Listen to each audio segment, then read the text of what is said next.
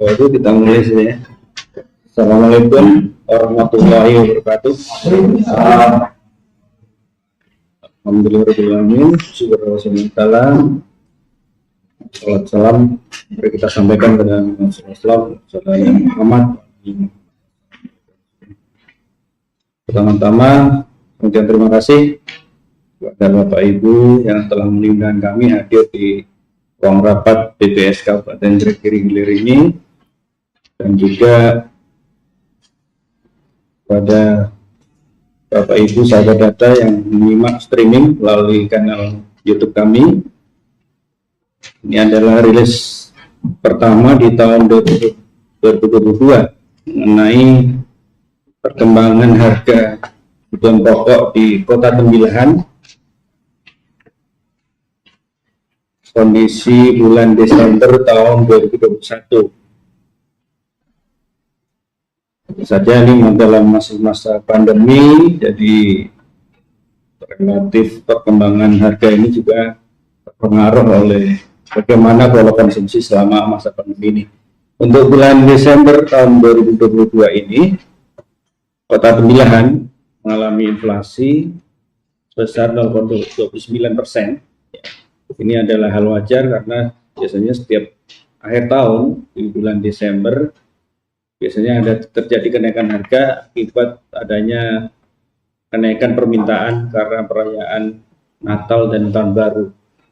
Biasanya memang ada kecenderungan untuk naik. Kemudian secara nasional juga sama, mengalami kenaikan harga inflasi sebesar 0,57%.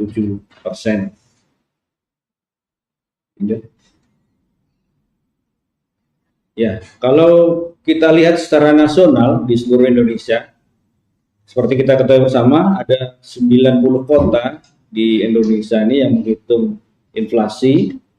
Rata-rata sebagian besar mengalami kenaikan harga. Jadi dari 90 itu 88 kota mengalami inflasi, sementara hanya 2 kota yang mengalami deflasi. Jadi 2 kota yang mengalami deflasi itu adalah Dumai dan Bukit Tinggi, semuanya di Sumatera. Jadi deflasi tertinggi itu 0,13 itu di Kota Dumai, sementara deflasi yang rendah 0,04 itu di Kota Bukit Tinggi.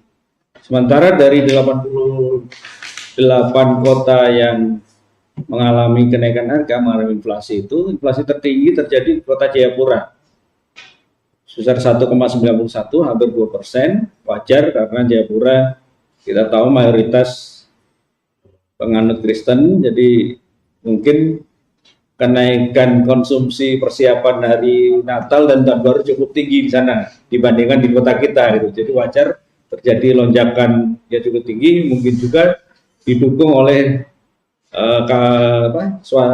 kondisi geografis di sana juga yang mungkin akan menghambat distribusi sehingga memicu terjadinya kenaikan harga yang cukup tinggi. Sementara kenaikan harga yang paling rendah terjadi di Kota Pekanbaru sebesar 0,07. Jadi di Riau ini relatif stabil harganya, kenaikannya tidak terlampau tinggi dan juga tidak terlampau rendah.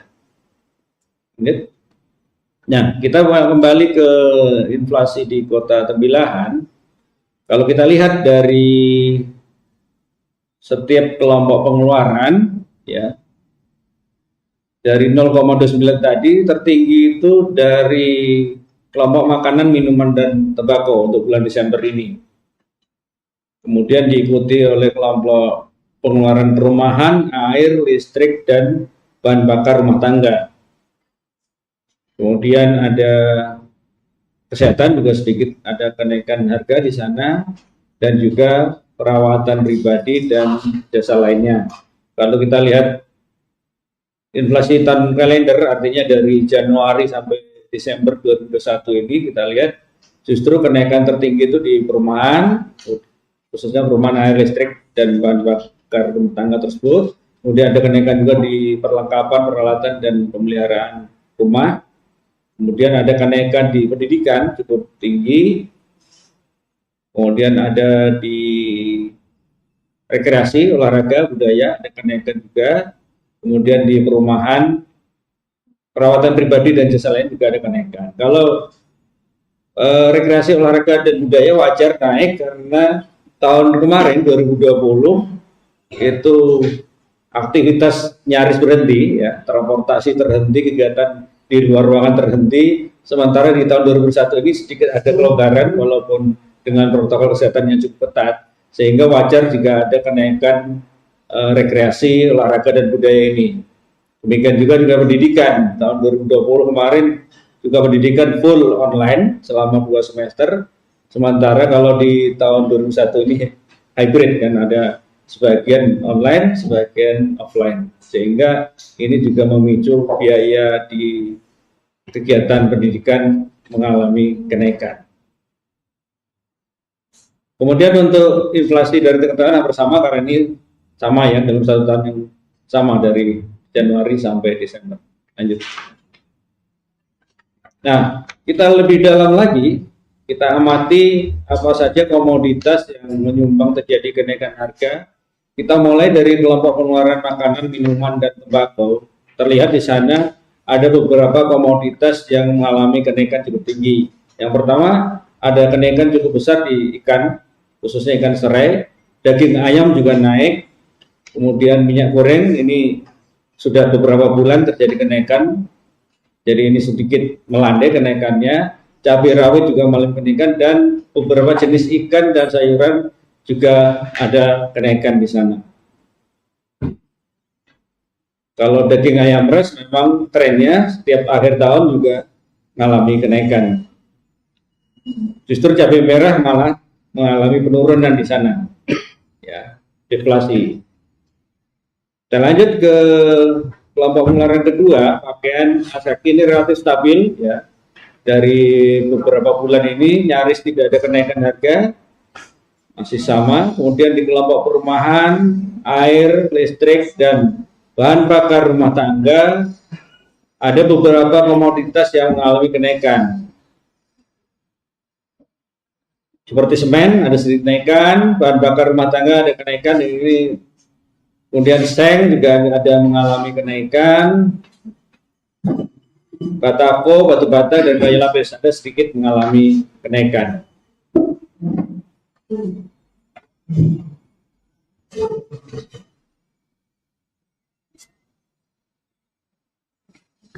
Rata-rata yang mengalami kenaikan adalah bahan bangunan, ya. Mungkin ada penyesuaian dari distributor.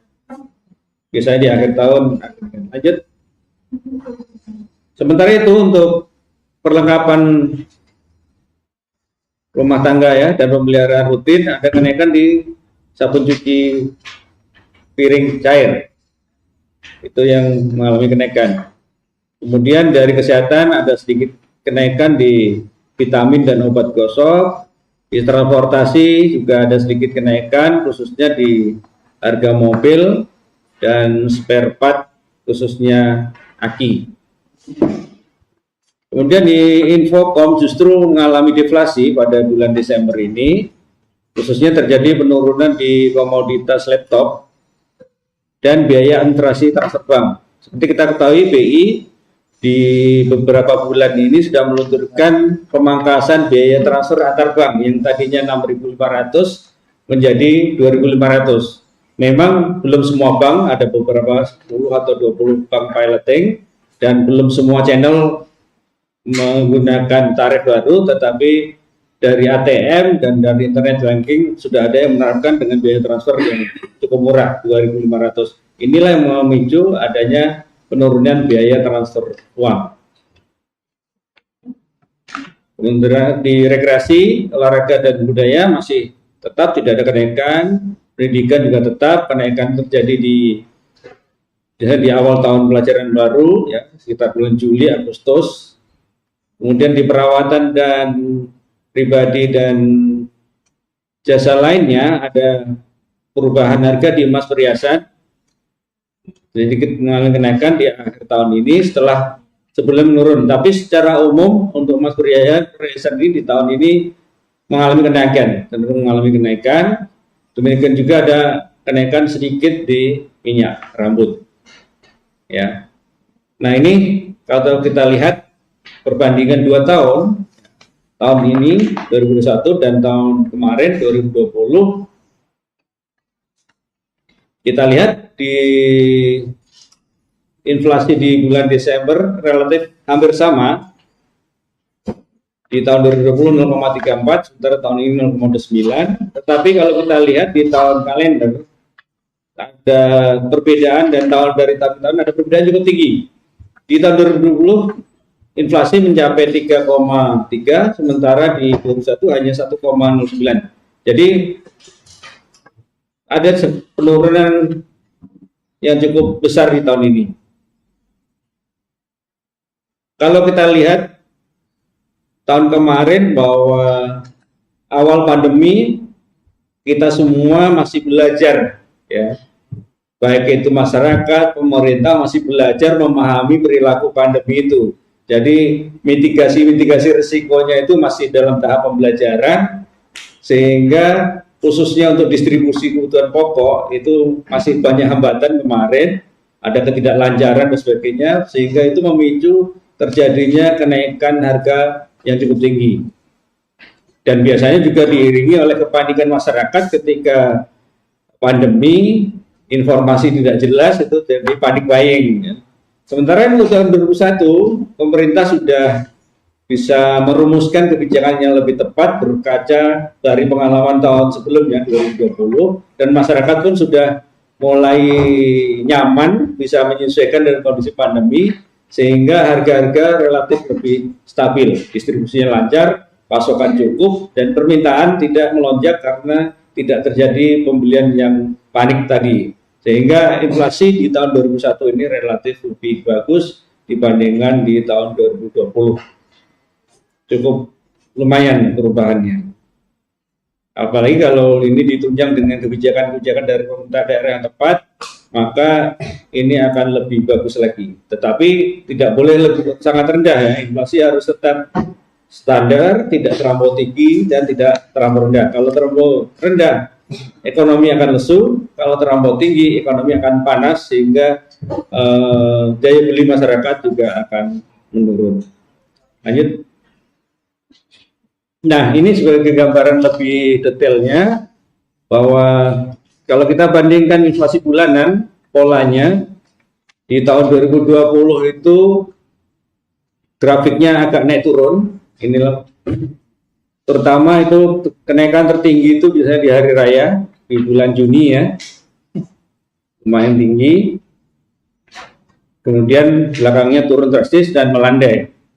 Jadi perbedaannya di situ, di pertengahan tahun itulah perbedaannya. Kita lihat ada pergerakan yang cukup fluktuatif. Sementara di tahun 2021 pergerakannya relatif lebih landai, walaupun ada riak sedikit di pertengahan tahun, tetapi tidak terlampau dalam dan tidak terlalu tinggi dibandingkan dengan di 2020. Demikian juga pola di inflasi tahunan, juga tahun ini relatif landai, cenderung menurun. Sementara kalau tahun 2020 ada sedikit fluktuasi, tapi juga cenderung naik di sana.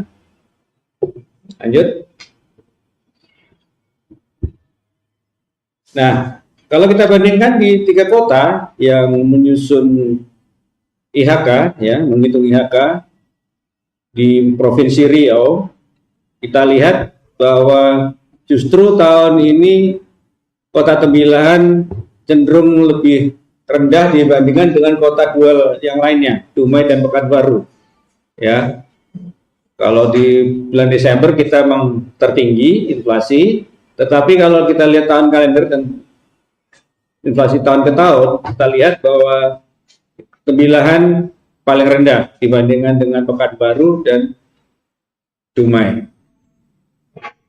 Ini perlu dicermati lagi, perlu disandingkan dengan indikator lain, apakah ini akibat pasokan yang cukup, distribusi lancar sehingga harga relatif stabil, atau justru ada penurunan daya beli masyarakat sehingga konsumsi tidak terlampau tinggi, harga pun tidak terjadi kenaikan yang cukup tinggi, tidak terjadi lonjakan. Itu perlu dikonfirmasi dengan indikator yang lain.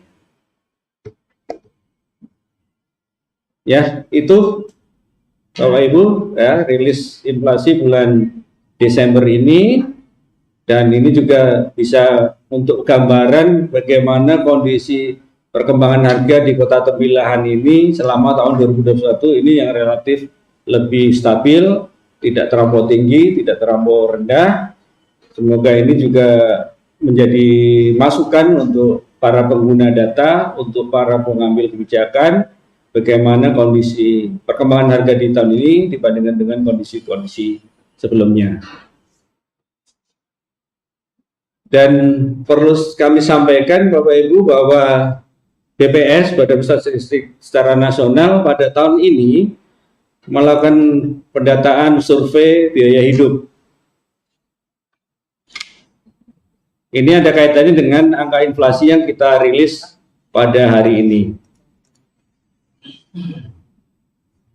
Kenapa kami juga mengundang lebih banyak orang pada tahun ini, pada Januari ini? Karena kami ingin menginformasikan kepada beberapa pihak yang terkait dengan pendataan survei biaya hidup ini. Jadi di tahun ini BPS melaksanakan pendataan survei biaya hidup ini khusus untuk di Riau. Dari sebelumnya ada 3 kota, ya, Pekanbaru, Dumai, dan Tembilahan. Pada tahun ini SBH survei biaya hidup di Riau ditambah 1 lagi, yaitu di Kabupaten Kampar. Untuk 3 kota itu untuk menghitung inflasi perkotaan. Makanya di ini bukan inflasi Kabupaten Indragiri, tapi inflasi Kota Tembilahan. Kalau di Kampar itu adalah inflasi pedesaan. Jadi sampelnya bukan di Kota Pangpinang tapi di pinggiran, Tapung, Tambang, dan sebagainya. Nah, tujuan dari SPH ini tentu saja adalah dalam rangka mengupdate, ya, memperbarui tahun dasar sebagai basis untuk penghitungan indeks harga konsumen. Yang kita pakai sampai hari ini adalah basis tahun dasarnya adalah tahun 2018. Itu penghitungan SPH terakhir. Bapak Ibu, mungkin kita sedikit review. Kalau kita pernah belajar matematik atau ekonomi, ketika ada bab inflasi, misalnya kan ada menghitung indeks harga. Kita tahu ada indeks harga, ada yang sederhana, ada yang agak kompleks. Nah, yang agak kompleks itu yang kita gunakan. Biasanya kita tahu belajar ada namanya indeks Laspeyres, ada indeks Fase, ada yang Morgan, Engelbert. Ya. Nah, yang BPS gunakan itu indeks Laspeyres yang sudah dimodifikasi. Itulah nanti kan di sana perlu pembobot. Nah, pembobot itulah nanti yang didapat dari survei biaya hidup ini. Kemudian yang kedua, selain untuk mendapatkan tahun dasar itu dalam rangka mengupdate sesuai dengan kondisi terkini, untuk mengupdate pola konsumsi masyarakat, untuk mengupdate komoditas-komoditas yang dikonsumsi masyarakat yang terkini, juga untuk memperoleh paket komoditas dan diagram timbang. Nah, ini tadi yang bilang saya diagram timbang tadi. Jadi dalam perkembangan pola konsumsi masyarakat kita tahu sudah banyak perubahan. Di 2018 saya rasa kafe-kafe belum banyak di Tembilahan. Tahun ini saya lihat dari 2020, 2021 selama saya 2 tahun, hampir 2 tahun di Tembilahan ini, dulu belum ada janji jiwa, sekarang udah ada janji jiwa. Sebelumnya yang di hati belum ada, kan sekarang sudah ada. Belum tentu mungkin tambah lagi kafe-kafe lain. Jadi pola konsumsi masyarakat sudah berubah. Selama ini konsumsi masyarakat lebih banyak yang ke makanan dan itu banyak dikonsumsi di rumah. Bisa jadi nanti akan tahun 2022 ini ada perubahan. Mungkin konsumsi makanan jadi sedikit terjadi penaikan karena banyak yang nongkrong di kafe-kafe, di kedai kopi dan sebagainya.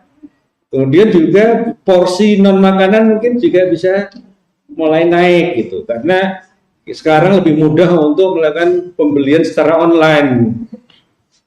Itu juga nanti akan dipotret di survei biaya hidup ini. Selain untuk mendapatkan paket komoditas itu juga untuk mendapatkan data dasar mengenai berapa nilai konsumsi di Tembilahan ini. Kalau 2018 misalnya satu rumah tangga per orangnya berapa, rupiah konsumsi dari ujung rambut sampai ujung kaki, apa yang masuk ke mulut semuanya dihitung, berapa totalnya, itulah nilai konsumsi. Jadi 3 itu yang utama, ditambah lagi dengan keterangan mengenai kondisi sosial ekonomi dari masyarakat yang terkena sampel tersebut. Khususnya di Inhil adalah masyarakat perkotaan. Jadi sampelnya untuk di Tembilahan ini, di Tembilahan dan Tembilahan dulu ya, yang kita lakukan pendataan. Jadi untuk tahun ini ada beberapa tambahan itu yang seperti disampaikan di depan tadi. Ada 90 kota yang sudah menghitung tahun sebelumnya, kemudian ditambah lagi beberapa kota untuk menghitung inflasi pedesaan. Dari gabungan itu untuk mendapatkan nanti inflasi provinsi, kemudian digabung lagi menjadi inflasi nasional. Nah, jadi dari SPH ini yang didapat paket komoditas, artinya barang-barang apa saja yang paling sering dikonsumsi masyarakat, yang paling banyak dikonsumsi masyarakat di Inhil ini, di Tembilahan khususnya, apa saja di tahun 2020 nanti, kemudian didapat juga diagram timbang. Bobot dari komoditasnya apa saja. Berarti kita ketahui bersama untuk saat ini di tahun 2020, bahan makanan itu bobotnya paling tinggi. Beras tentu saja, karena itu semua orang makan. Kemudian kalau di Inhil yang komoditas yang paling unik itu udang, itu cukup besar bobotnya karena kita pesisir cenderung suka makan makanan dari laut. Gitu. Kemudian ayam, daging ayam ngeras dan telur itu juga cukup tinggi. Itulah nanti bisa jadi tahun 2022 nanti ada perubahan. Gitu. Nah dari sanalah nanti bisa juga didapatkan indeks harga konsumen dengan tahun dasar baru, tahun dasar 2020. Jadi sistem pendataannya nanti per triwulan, ya, per 3 bulan sekali ganti sampel. Kenapa per 3 bulan? Untuk mendapatkan pola musiman. Di triwulan pertama berarti cenderung datar kan, karena tidak banyak pengeluaran di sana. Nanti triwulan kedua berarti ada hari raya, April, Mei, Juni. Biasanya ada kenaikan harga di sana. Triwulan 3 cooling down, ada penurunan harga. Triwulan 4 biasanya ada kenaikan lagi karena biasanya ada, kalau triwulan 3 ada misalnya perubahan di pendidikan biasanya. Juli, Agustus, September itu biasanya, kalau Juli misalnya sekolah dasar menengah, kemudian kalau di Agustus, September itu perguruan tinggi biasanya. Jadi itu kenapa dibuat 4 bulan, fungsinya adalah mendapatkan pola musiman itu. Sehingga tergambarkan bagaimana pergerakan harga di setiap waktunya. Baik. Nah ini prosesnya, jadi yang didata nanti ada yang rumah tangga di pedesaan, kalau di Riau ini di Kabupaten Kampar, kalau ada juga rumah tangga di perkotaan, kalau di Riau ada 3 kota, Dumai, Pekanbaru, dan Kota Tembilahan. Nah dari masing-masing untuk rumah tangga di desa mendapatkan IHK desa, rumah tangga perkotaan mendapatkan IHK kota, itu digabung nanti dari 4 wilayah tadi, Pekanbaru, Dumai, Tembilahan, dan Kampar, maka itu akan digabung secara agregat nanti menjadi indeks harga level provinsi. Nah, indeks harga di level provinsi digabung lagi, dihitung indeksnya, akan dapatkan indeks harga untuk nasional. Itu prosesnya, seperti itu. Jadi ada perubahan di sana. Lanjut. Nah, ini sebarannya ya. Ada 90 kota untuk sampel perkotaan, 94 itu yang lama, kemudian 60 kota tambahan yang baru, jadi totalnya ada 154. Kalau di Riau hanya 1 tambahannya. Di provinsi lain rata-rata ada 1, ada 2, tergantung kebutuhan ya. Kalau yang kekuatannya banyak tentu saja penambahannya juga lebih banyak agar perubahan harga itu terwakili sesuai dengan kondisi masing-masing. Ya, ini alur di lapangan nanti, ini sekedar informasi saja ya.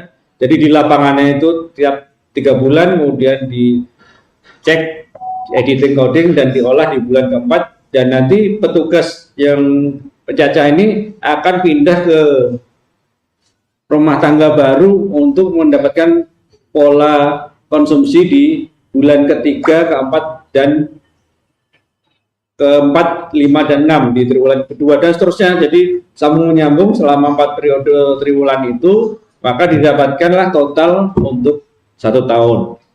Jadi seperti itu.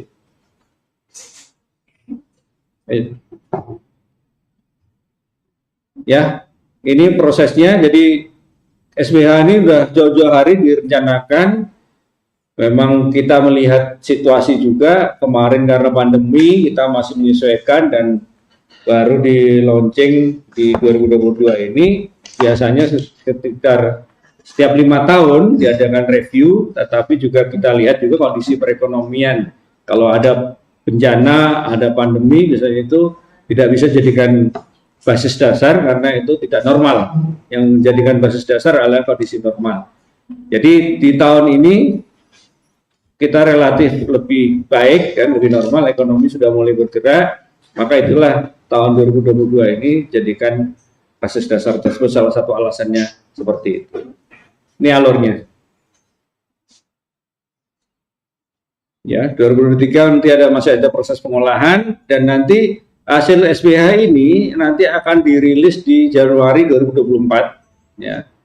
Dan di Januari 2024 itulah nanti dimulai penghitungan inflasi dengan tahun dasar baru, tahun dasar 2022. Jadi membutuhkan 2 tahun untuk proses lapangan, 1 tahun, pengolahan 1 tahun, baru di tahun berikutnya itu diimplementasikan. Ya, ini prosesnya, lanjut aja. Ya, itu sebagai informasi awal ya mengenai sensus ini, survei biaya hidup, maaf, yang ini sangat penting. Jadi kalau nanti siapa tahu Bapak Ibu ada terkena sampel, tolong diberikan informasi yang selengkap mungkin, karena itu akan memberi gambaran yang betul mengenai pola konsumsi di tembilahan ini ya. Pasti nanti akan merepotkan Bapak Ibu karena yang ditanya cukup lama, selama konsumsi 3 bulan, Januari, Februari, Maret. Yang ditanya semua yang masuk ke mulut kita, baik itu dimasak sendiri maupun dibeli jadi. Dan apa yang kita pakai di badan kita itu juga dicatat semua. Jadi ada makanan, non makanan, nanti ada dicatat secara bulanan untuk yang non makanan, ada dicatat secara mingguan untuk yang makanan. Jadi non makanan bulanan selama 3 bulan, untuk yang makanan dipotret selama seminggu. Detail. Termasuk kalau bapak-bapak jajan harus dicatat. Beli rokok harus dicatat. Karena konsumsi rokok ternyata cukup besar. Porsinya cukup besar, apalagi untuk di wilayah yang pedesaan, porsinya itu lumayan besar. Apalagi tahun ini cukai rokok naik kan. Ya, ini juga bisa jadi nanti berpengaruh ke paket komoditas juga. Jadi mohon bantuan Bapak Ibu jika terkena sampel, dan kalaupun tidak, ini menjadi pengetahuan kita bersama. Saya rasa Bapak Ibu juga di OPD masing-masing juga nanti yang terkait dengan kebijakan dengan pengendalian harga ini menjadi penting, dan teman-teman wartawan juga perlu menginformasikan ke masyarakat untuk membantu BPS dalam memberikan data, khususnya dalam saat ini survei biaya hidup, agar data yang kami kumpulkan betul, kondisinya sesuai dengan kondisi lapangan. Jadi bukan melukis tapi memotret. Memotret itu kan kondisi apa adanya. Kalau buram nampak buram, kalau terang nampak terang, kalau hijau nampak hijau. Beda dengan melukis ya. Yang jadi buram bisa jadi terang dan sebagainya. Itu subjektif. Jadi harus objektif sesuai dengan kondisi di lapangan. Saya rasa itu yang bisa saya sampaikan pada kesempatan kali ini. Semoga ini bisa memberikan informasi dan memberikan pencerahan untuk kita semua bahwa BPS ingin agar kebijakan yang diambil pemerintah itu baik, didukung oleh data yang baik, karena kebijakan baik adalah kebijakan yang berbasis dengan fakta, berbasis pada bukti, berbasiskan kepada data, bukan berbasis pada keinginan, bukan berdasarkan pada prasangka dan sebagainya. Dan perlu kami sampaikan juga sebagai penutup bahwa untuk membantu pemerintah dalam menghasilkan kebijakan yang benar, yang berbasis fakta tadi, itu adalah peran kita bersama. BPS hanya menyediakan data-data yang relatif besar, masif, skala makro, dan cakupannya nasional. Kadang kepala daerah ketika ingin membuat kebijakan juga perlu dukung data-data yang sifatnya sektoral, kecil, mikro, yang itu semua adalah data-data yang dimiliki oleh Bapak Ibu yang berada di OPD. Contoh, data pertanian, tentu itu di Dinas Pertanian. Data mengenai industri kecil itu di Kementerian Koperasi dan UMKM di sana. Kalau industri yang besar ya, dan perkembangan harga-harga di pasar itu Dinas Perdagangan dan Perindustrian dan sebagainya. Jadi itu semua ada di sana. BPS siap membantu kalau Bapak Ibu dari OPD misalnya ingin mengembangkan pengelolaan data di masing-masing OPD, ingin mengumpulkan data yang selama ini dirasa perlu tapi belum dilaksanakan, kami dari BPS siap membantu, kapanpun silakan dikontak, kita bisa diskusi, kemudian kami arahkan bagaimana sebaiknya, mana yang sudah ada, mana yang belum, dan kalaupun sudah ada juga bisa kita diskusikan bagaimana cara perbaikannya, peningkatannya, dan sebagainya. Insya Allah pun kami berusaha nanti di tahun ini akan berkunjung ke OPD-OPD untuk berdiskusi bagaimana dalam rangka pengelolaan data sektoral yang lebih baik, karena kita tahu data yang sekarang menjadi penting, semuanya harus menggunakan data dan harus cepat, bisa tersedia dengan cepat, itu sekarang. Bahkan kami di tahun ini untuk publikasi dipercepat, misalnya daerah dalam angka itu di bulan Februari harus sudah rilis, kemudian perkembangan ekonomi, pertumbuhan ekonomi dan distribusinya dan porsinya itu dari PDRB, produk domestik bruto juga harus kami rilis di bulan Februari juga dalam rangka mendukung pemerintah dalam menyusun perencanaan anggaran. Maka peran kita bersama untuk mempercepat pengelolaan datanya dengan standar yang baik itu juga perlu kita sinergikan. Nanti saya minta dari Kominfo untuk membuka forum suatu saat ya untuk diskusi pengelolaan data supaya kita semua bisa berkontribusi dalam rangka penyediaan data yang lebih baik dalam rangka kebijakan yang tepat sasaran tersebut. Terima kasih atas perhatian Bapak Ibu. Saya akhiri, Assalamualaikum warahmatullahi wabarakatuh.